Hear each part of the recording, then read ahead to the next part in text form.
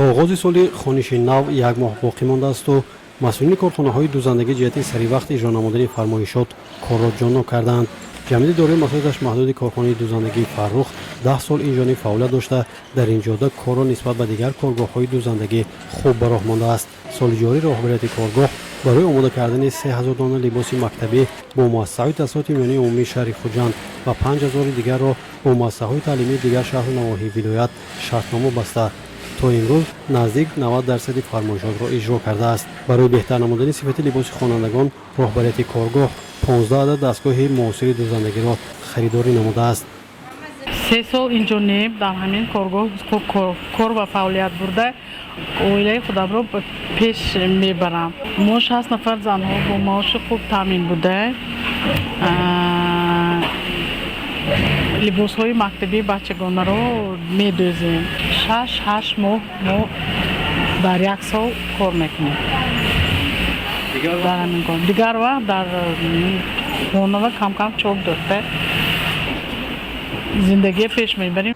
در شهر کانیبادان 5 کارگاه دوزندگی لباس مکتبی عمل کرده. جمعیت دارای مسئولیتش محدود ملیکه یکی از کلانترین آنها محسوب می‌یابد. در کارگاه بیش از 20 نفر زنان خانشین سرول صاحب کسب و بعد از بر کردن نازکی‌های هنر دوزندگی با جای کار تامین شدند. امسال ماموریت کارگاه برای تیار کردن زیاده از 10,000 دانه لباس مکتبی فرمایشات قبول و تا نیمه‌های ماه اوگوست نقشه را اجرا خواهد کرد. کارخانه واحد دولتی نور خاور شهر استقلال امسال 2 برابر سال پیشین فرمایشات قبول کرده تا امروز بیش از 80% نقشه را اجرا نموده است. در این کارگاه 22 نفر بانوان محلی با جای کار موافق تامین میباشند. سال جاری نور خاور با مؤسسه‌های تعلیمی شهر استقلال، خوجند و استراحشان شرطنامه همکاری بسته است.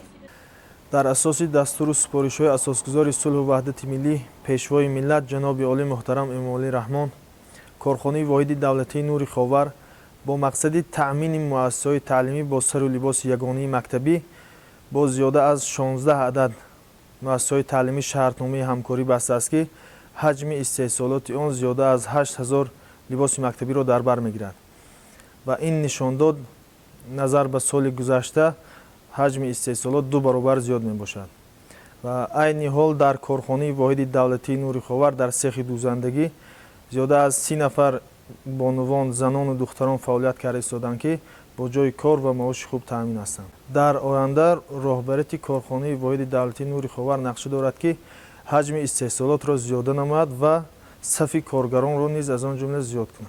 بنا به گفته متخصصان لباس یگانه مکتبی 60% از متاع استحصالی وطنی و 40% از متاع خوشصفت خارجی استحصال گردیده جوابگوی استانداردهای جاری می باشد.